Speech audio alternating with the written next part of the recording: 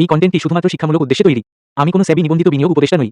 এখানে শেয়ার করা তথ্য শুধুমাত্র ব্যক্তিগত মতামত এবং শিক্ষামূলক বিশ্লেষণ। এটি কোনো ধরনের বিনিয়োগ পরামর্শ নয়। স্টক মার্কেটে বিনিয়োগ ঝুঁকিপূর্ণ, তাই বিনিয়োগের আগে নিজের গবেষণা করুন এবং প্রয়োজনে একজন যোগ্য আর্থিক উপদেষ্টার সাথে পরামর্শ করুন। নমস্কার বন্ধুরা, মার্কেট প্লেস বাংলায় আপনাকে আবারও একবার স্বাগত জানাই। আপনার ফাইন্যান্সিয়াল ফ্রিডমের লক্ষ্যে আমি রয়েছি আপনাদের সঙ্গে প্রণব। আজকে আলোচনা করব ঠিক কোন প্রফেশনের লোকেরা কোন বয়সে কোথায় ইনভেস্ট করবেন, এই বিষয়টা নিয়ে বিস্তারিত আলোচনা করার চেষ্টা করব। আশা করছি ভিডিওটা শেষ পর্যন্ত দেখবেন, তাহলে পিকচারটা আপনার সামনে পরিষ্কার হয়ে যাবে। এইখানে একটা কথা বলে রাখি, যদি ভিডিওটা আপনাদের ভালো লাগে তাহলে একটা লাইক করবেন, আপনার ফ্রেন্ডসদেরকে শেয়ার করবেন, আর যারা নতুন এসছেন আমার চ্যানেলে তারা একটু সাবস্ক্রাইব করে রাখুন। আর কমেন্ট করুন, যে কোনো ইনভেস্টমেন্ট সংক্রান্ত যে কোনো বিষয় নিয়ে কমেন্ট করুন। আমি চেষ্টা করব প্রত্যেকটি কমেন্টের উত্তর দেওয়ার। বিশেষ করে শেয়ার বাজার সংক্রান্ত কোনো প্রশ্ন থাকলে সেটাও আপনারা করতে পারেন। লাইক করার পর হাইপ বটম ওপেন হবে, হাইপটাও করবেন। আসছি মূল বিষয়ে। মূলত তিন ধরনের ক্যাটাগরি লোকজন থাকেন: স্টুডেন্ট, সার্ভিসম্যান, বিজনেসম্যান, আর একটা হচ্ছে প্রফেশন। তো প্রফেশন, যারা কোনো প্রফেশনে আছেন, যেমন ধরুন ডাক্তার, উকিল ইত্যাদি, তাদের বিষয়টা আরো বিস্তারিত আলোচনার প্রয়োজন আছে। একটা ভিডিওতে সম্ভব নয়, অনেক বড় হয়ে যাবে, তাই সেই বিষয়টাকে আমি সাইডে রেখেছি, আজকে আলোচনায় রাখিনি। আপাতত যারা প্রফেশনে আছেন তারা বিজনেসম্যানের জন্য যেটা বলবো সেটাকে কিছুটা ফলো করলে করতে পারেন, কিন্তু আমি নেক্সট টাইম একটা আলাদা করে ভিডিও বানাবো যারা প্রফেশনে আছেন। স্টুডেন্টদের জন্য সমস্ত এজ গ্রুপের জন্য একই পরিকল্পনা। সার্ভিসম্যানের জন্য এজ গ্রুপ আমি ভাগ করেছি up to 30, 30 to 45, 46 to 60, 60 plus. বিজনেসম্যানের ক্ষেত্রেও সেম। এবারে আসছি মূল বিষয়ে, অর্থাৎ এই স্টুডেন্ট, সার্ভিসম্যান, বিজনেসম্যান কোন বয়সে কোথায় ইনভেস্টমেন্ট করবেন। স্টুডেন্টের ক্ষেত্রে বলি, স্টুডেন্টের ক্ষেত্রে সামান্য পয়সা হাতে থাকে। এই পয়সাটা আপাতত তারা একটু একটু করে ছোট ছোট করে শেয়ার বাজারে ইনভেস্ট করতে পারেন, এবং শেয়ার বাজারটাকে রপ্ত করার জন্য এটা করতে পারেন। শেয়ার বাজারটাকে ধীরে ধীরে শেখার জন্য ওই সামান্য পয়সা ইনভেস্টমেন্ট করতে পারেন। স্টুডেন্টদের সামনে এখন সুযোগ আছে, তাই এই রিস্কটুকু নিতে পারেন। এবারে আসছি সার্ভিসম্যান। সার্ভিসম্যানের ক্ষেত্রে আমি বলবো, যাদের বয়স 30 পর্যন্ত, তাদের ক্ষেত্রে 40% অফ স্যালারি এটা হবে আপনার ইনভেস্টমেন্ট ভ্যালু। অর্থাৎ আপনি যে স্যালারিটা আর্ন করেন, যদি আপনার স্যালারি 10,000 টাকা হয় তাহলে 4,000 টাকা আপনি ইনভেস্ট করুন, এবং সেই 4,000 টাকার 50% আপনি ইনভেস্ট করুন সরাসরি শেয়ারে, যদি সম্ভব হয়, যদি শিখতে পারেন, যদি সময় থাকে। তা না হলে মিউচুয়াল ফান্ডে আপনি এসআইপির মাধ্যমে নিবেশ করুন। আপনার ইনভেস্টেড ভ্যালুর 50%, আর ইনভেস্টেড ভ্যালুটা হচ্ছে আপনার স্যালারির 40%। অর্থাৎ আবার বলে দিচ্ছি, অর্থাৎ আপনার 10,000 টাকা স্যালারি হলে আপনি 4,000 টাকা ইনভেস্ট করুন, আর 6,000 টাকা আপনার ব্যয় করুন। এই 4,000 টাকা 50% যাবে শেয়ারে কিংবা মিউচুয়াল ফান্ডে। 25% আপনি দিন, আপনার ইনভেস্টেড ভ্যালুর 25%, স্যালারি নয় কিন্তু, ইনভেস্টেড ভ্যালুর 25% দিন ফিক্সড ডিপোজিটে, আর বাকি 25% দিন ইন্স্যুরেন্স। এখানে ইন্স্যুরেন্স বলতে মূলত আপনি এই ইন্স্যুরেন্সের প্ল্যানিংটাও বিভিন্নভাবে করতে পারেন। আপনার হেলথ ইন্স্যুরেন্স মাস্ট, ওটা তো করতেই হবে। হেলথ ইন্স্যুরেন্স আপনার প্রয়োজন মতো নেবেন। বাকি অর্থ আপনি ইন্স্যুরেন্স উইথ সেভিংস, এরকম ধরনের কোনো ইন্স্যুরেন্স পলিসি নিতে পারেন, অথবা আপনি ইন্স্যুরেন্স পার্টটাকে আলাদা করে নিয়ে, অর্থাৎ টার্ম ইন্স্যুরেন্স কিনে নিয়ে বাকি টাকাটাকে আপনি ওই এফডিতে দিয়ে দিতে পারেন।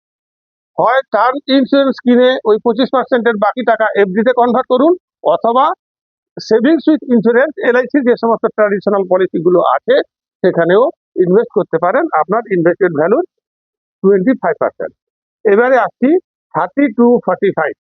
আচ্ছা, এখানে একটা কথা বলে দিই, এখানে আমি শেয়ার বাজার কিংবা মিউচুয়াল ফান্ডে অর্ধেক টাকা দিতে বললাম এই কারণে যে এখন রিস্ক নেওয়ার মতো সময় আছে। এই বয়সে যতটা রিস্ক নিতে পারবেন, পরপর বয়স যতটা বাড়বে আপনি রিস্ক নিতে পারবেন না।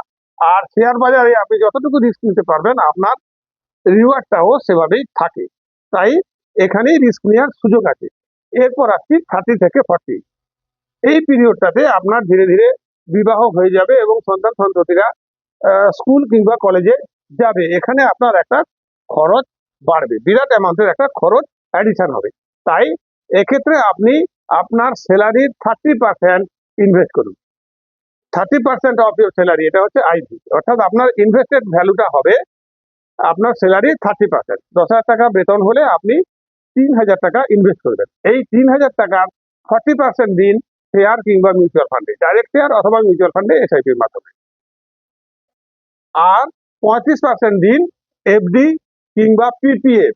এইখান থেকে আপনাকে একটা পিপিএফ অবশ্যই শুরু করতে হবে, পাবলিক প্রভিডেন্ট ফান্ড। আপনার স্যালারির প্রভিডেন্ট ফান্ড যেটা আছে সেটা আছে, সেখানেও যদি আপনার টপ আপ দেওয়া সম্ভব হয় তাহলে ওখানে টপ আপ দিন। ওখানে টপ আপ দেওয়া সম্ভব না হলে আপনি যে কোনো ব্যাংকে, রাষ্ট্রায়ত্ত ব্যাংকে গিয়ে পিপিএফ করুন। আর বাকি 25% আপনার থাকছে ইন্স্যুরেন্সের জন্য, যেটা আপনার 30 পর্যন্ত বয়সের জন্য যে সিস্টেম ছিল, 30 থেকে 40 ক্ষেত্রেও ইন্স্যুরেন্স অ্যামাউন্ট আপনার কমবে না, ওটা একই কন্টিনিউ করতে হবে। শুধুমাত্র শেয়ার কিংবা মিউচুয়াল ফান্ডের 10% কমাবেন, সেই 10% আপনার এফডি এবং পিপিএফ এই দুটোতে ভাগ করে আপনি দেবেন। এবারে আসছি 46 to 60। এখানে আপনার সন্তানের উচ্চশিক্ষা এবং আপনাদের স্বামী স্ত্রীর শারীরিক পরিস্থিতিও ধীরে ধীরে খারাপ হবে, আরো বিভিন্ন ধরনের ব্যয় এসে চাপবে।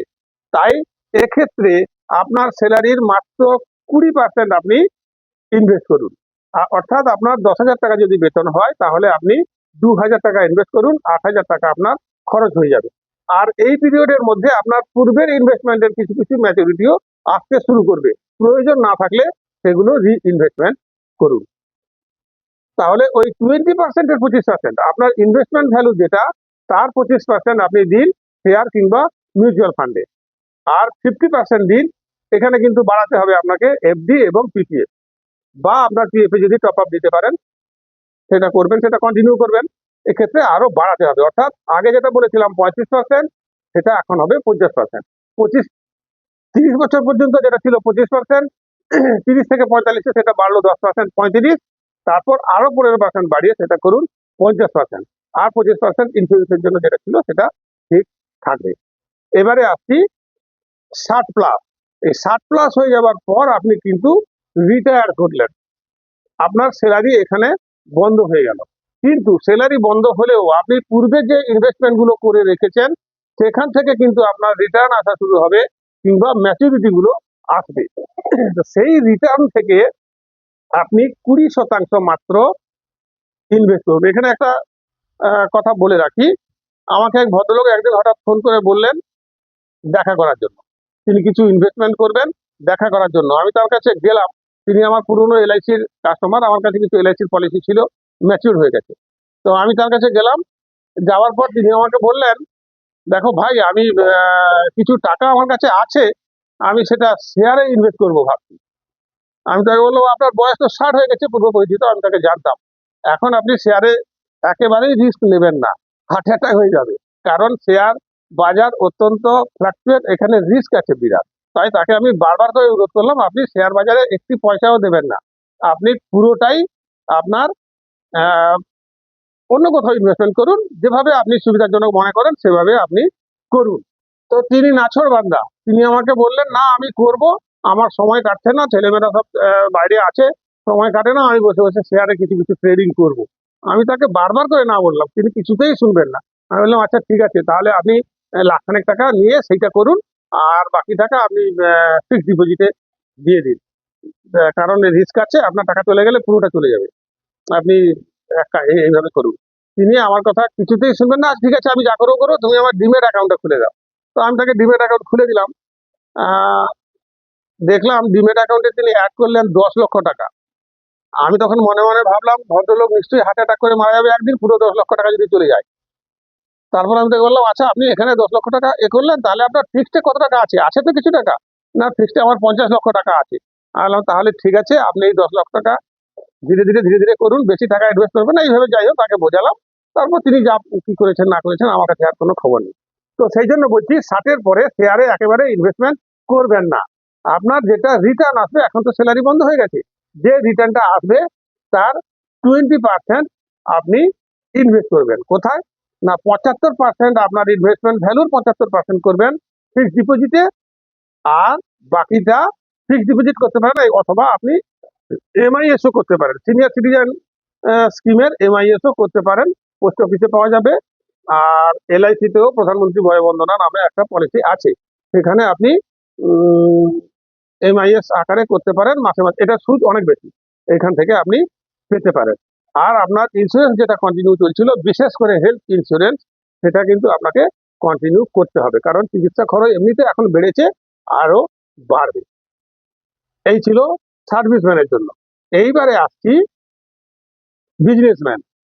তার আগে এখানে একটা কথা বলে রাখি, আপনারা যারা শেয়ারে ট্রেডিং করেন কিংবা করতে চাইছেন এবং শেয়ার ট্রেডিং সংক্রান্ত কোর্স করতে চাইছেন, শিখতে চাইছেন, তারা চাইলে আমার সঙ্গে একবার কথা বলতে পারেন। খুব স্বল্প মূল্যে শিখতে পারবেন। 1-to-1 হবে, অনলাইন ক্লাস হবে, খুব স্বল্প মূল্য। প্রথম ক্লাস করার পর আপনার যদি ভালো না লাগে, আপনি ফুল রিফান্ড পেয়ে যাবেন। একবার কথা বলতে পারেন, অথবা কমেন্টে লিখুন লার্ন, LEARN, লার্ন লিখুন, তাহলে আমরা আপনার সঙ্গে যোগাযোগ করে নেব। হোয়াটসঅ্যাপ নাম্বারও দেওয়া থাকবে, চাইলে হোয়াটসঅ্যাপেও যোগাযোগ করতে পারেন। আমার একটি শেয়ার বাজার সংক্রান্ত টেলিগ্রাম চ্যানেল আছে, আপনি চাইলে সেখানেও জুড়ে থাকতে পারেন, ফ্রি অফ কস্ট, কোনো চার্জ লাগবে না। ওখানে আমি রেগুলার সাপোর্ট, অ্যাসিস্ট্যান্স, অন্যান্য বিভিন্ন বিষয় নিয়ে শেয়ার বাজার সংক্রান্ত আপডেট দিয়ে থাকি। আর একটা কথা বলে রাখি, আপনি যদি আমার লিঙ্কের মাধ্যমে ট্রেডিং এবং ডিম্যাট অ্যাকাউন্ট ওপেন করেন অ্যালাইস ব্লু কিংবা অ্যাঞ্জেল ব্রোকিং এ, তাহলে আমাদের লাইফ টাইম প্রিমিয়াম সার্ভিস আপনি ফ্রি পেয়ে যাবেন। এর জন্য কোনো চার্জ দিতে হবে না, ফুল সাপোর্ট আপনি পাবেন লাইফ টাইমের জন্য। শুধু অ্যাকাউন্ট ওপেন করবেন, অ্যাকাউন্ট ওপেনিং চার্জ 0, আমাদের লিঙ্কের মাধ্যমে, লিঙ্ক ডেসক্রিপশনে থাকবে। আসছি বিজনেসম্যান। বিজনেসম্যানের ক্ষেত্রে পরিকল্পনাটা প্রায় সমান, শুধু একটু অন্যরকম আমি দেখাচ্ছি। যাদের বয়স 30-এর নিচে, তার যে ইনকামটা হয় তার 40% আপনি ইনভেস্ট করুন, অর্থাৎ আইভি, অর্থাৎ আপনার ইনভেস্টমেন্ট ভ্যালু হবে ইনকামের 40%, 60% আপনার খরচের জন্য ব্যয় করুন। এই 40%-এর 50% আপনি ডাইরেক্ট শেয়ার কিংবা মিউচুয়াল ফান্ডে এসআইপির মাধ্যমে দিতে পারেন, অথবা এখানে আর একটা পরিকল্পনা আপনি করতে পারেন, এই 50%-এর অর্ধেকটা শেয়ার কিংবা মিউচুয়াল ফান্ডে দিন, বাকি অর্ধেকটা যদি সুযোগ থাকে তাহলে আপনার নিজের ব্যবসাতে রিইনভেস্টমেন্ট করুন। সবসময় সব ব্যবসাতে অর্থ লাগিয়ে দিলে যে ব্যবসা বড় হয় সেরকমটা নাও হতে পারে। হয়তো আপনার এমন ধরনের ব্যবসা যেখানে আর নতুন করে অর্থ লাগিয়ে ওই ব্যবসাটাকে আর বড় করার সুযোগ নেই, সেক্ষেত্রে আপনি পুরোটা শেয়ার কিংবা মিউচুয়াল ফান্ডে দিন। আর যদি সুযোগ থাকে আপনি অর্থ লাগালে আপনারই ব্যবসাটা আরো বড় হবে এবং আপনার ব্যবসা থেকে আরো বেশি ইনকাম আসবে। তাহলে এই 50%-এর অর্ধেক 25% আপনি নিজের ব্যবসায় লাগান। বাকি একই রকম 25% আপনি ফিক্সড ডিপোজিট করুন, আইভির 25% আপনার ইনভেস্টেড ভ্যালুর 25%, নট ইনকামের। বাকি 25% আপনি ইন্স্যুরেন্সে দিন উইথ হেলথ ইন্স্যুরেন্স। যা বলেছিলাম সার্ভিসম্যানের ক্ষেত্রে সেম জিনিস। এবার 30 থেকে 40, এক্ষেত্রে আপনার যা ইনকাম আসবে তার 30% আপনি ইনভেস্ট করুন, সেই 30%-এর 40% শেয়ার কিংবা মিউচুয়াল ফান্ড, অথবা আপনার অর্ধেকটা আপনার ব্যবসায় নিবেশ করুন। আর এফডি এবং পিপিএফ এখানে বাড়ান, 25 থেকে 35% করুন, আর 25% যেমন ছিল ইন্স্যুরেন্সের ক্ষেত্রে সেরকম সেম থাকবে। আর 46 এবং 60 এখানে বলে রাখি, আপনাদের যদি এটা মনে না থাকে, স্বাভাবিক, মনে না থাকাটাই স্বাভাবিক, চাইলে আপনারা স্ক্রিনশট নিয়ে রাখুন, তাতে আপনাদের কাজে আসবে। এবারে আসছি 46 থেকে 60, এক্ষেত্রে আপনার ইনকামের 20% আপনি ইনভেস্ট করুন, সেই 20%-এর 25% আপনি শেয়ার কিংবা মিউচুয়াল ফান্ডে দিন, অথবা 50-50, 50 এখানে দিন, 50 আপনারই ব্যবসাতে রিইনভেস্টমেন্ট করুন। আর বাকি 50% আপনি এফডি এবং পিপিএফ এ দিন, আর 25% যেমন ইন্স্যুরেন্সে ছিল তেমনই থাকবে। আর 60-এর উপরে আপনার যখন বয়স হয়ে যাচ্ছে, সেক্ষেত্রে ওই একই রকম আপনার ইনকামের 20% আপনি ইনভেস্টমেন্ট করুন, শেয়ারে 0।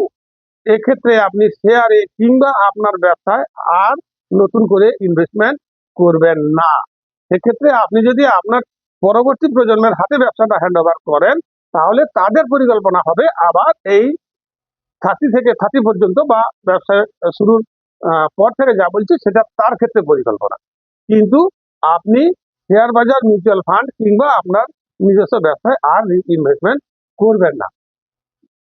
ওই 20% 75% আপনি ফিক্সড ডিপোজিটে, এখানে একটু ভুল আছে, এফ আছে, ওটা এফডি হবে। 75% আপনি ফিক্সড ডিপোজিটে দিন আর 25% ইন্স্যুরেন্সে দিন। ফিক্সড ডিপোজিট অথবা ফিক্সড ডিপোজিটে দিন, পিপিএফ আর সম্ভব নয়। আর 25% আপনি ইন্স্যুরেন্সে দিন। হেলথ ইন্স্যুরেন্স মাস্ট রাখবেন। এই ছিল আজকের ভিডিওটা। আশা করছি আপনারা একটা রাফ আইডিয়া পেয়েছেন এবং বুঝতে পেরেছেন কখন, কোথায় এবং কতটুকু ইনভেস্টমেন্ট করার প্রয়োজন। আবার বলবো, ভিডিওটা ভালো লাগলে একটা লাইক করবেন, শেয়ার, সাবস্ক্রাইব, কমেন্ট, হাইপ অবশ্যই করবেন। আজকের ভিডিওটা এখানে শেষ করছি। ভালো থাকবেন। নমস্কার।